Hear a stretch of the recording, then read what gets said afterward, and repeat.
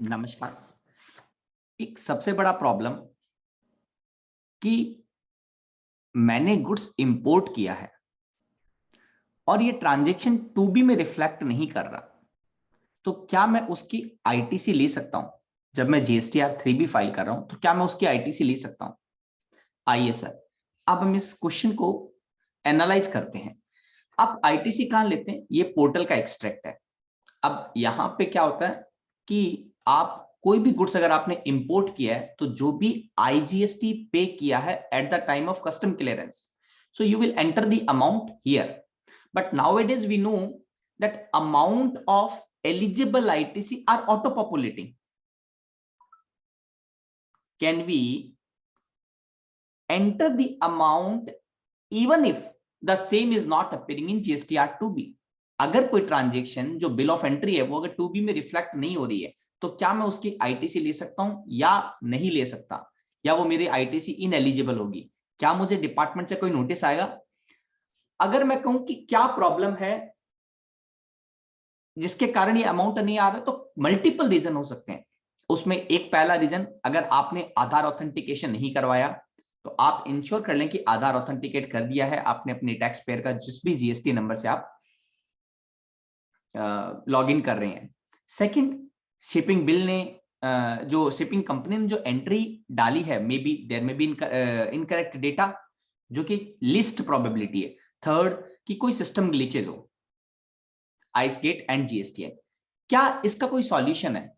We all know that there is a new functionality, search bill of entry. Couple of month back ये functionality portal पर live हो चुकी है। आप क्या करें, पहला मेरा यह सजेशन रहेगा कि आप बिल ऑफ एंट्री को सर्च करें, नहीं तो वहां पे आपको टिकट रेज करने का ऑप्शन है। यहां पे ये आपको 2 दिन वेट करना होगा फ्रॉम द रिलेवेंट डेट। जब भी आपने गुड्स क्लियर करवाया उसके 2 दिन के बाद में आप इस एंट्री को देखें। अगर वो ट्रांजेक्शन नहीं आ रहा है यहां पे सर्च बिल ऑफ एंट्री में, तो आप उसकी टिकट रेज कर दीजिए। Then even though after raising the ticket, और मैंने अभी 3B की लास्ट डेट है, अब मैंने आइडेंटिफाई किया कितना टाइम लगेगा, क्या करूं मैं उस गुड्स के इंपोर्ट का आईटीसी लूं या ना लूं? सो ये कहीं ना कहीं हमें मालूम है कि अभी एक नया रूल इंसर्ट, नया क्लॉज इंसर्ट हुआ है section 16 subsection 2 eligibility of input tax credit में।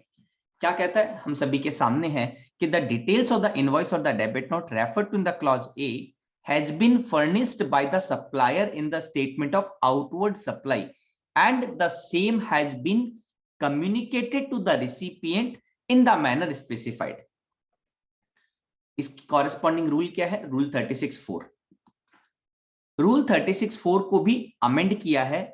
No input tax credit shall be available in respect of the invoice or debit note, the details of which are required to be furnished under section 37 subsection 1. Most important कि उन invoices का, उन debit note का आप ITC नहीं ले सकते जिनके लिए कॉरेस्पॉन्डिंगली सप्लायर ने जीएसटीआर 1 फाइल किया है, unless the details of the such invoice have been furnished by the supplier in the statement of the outward supply or using IFF.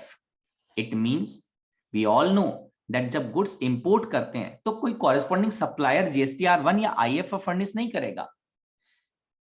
In that case we can easily conclude कि 36(4) का जो restriction है वो मेरे import of goods के ऊपर apply नहीं होता। So I can very well claim the ITC if there is document, proper document है मेरे पास में जो कि बिल ऑफ एंट्री है रूल 36 सब रूल 1 के कारण, तो आप क्लेम कर सकते हैं। ये मेरा कंक्लूजन है। इसी से रिलेटेड अगर आपके और भी कोई क्वेश्चन है तो आप हमें डिस्क्रिप्शन बॉक्स में बता सकते हैं। We will make the video in this manner and also if you are interested you can join our GST membership program. For that you are requested to visit www.educating.com या description box में contact number दिया, आप उनमें भी contact कर सकते हैं। Thank you so much.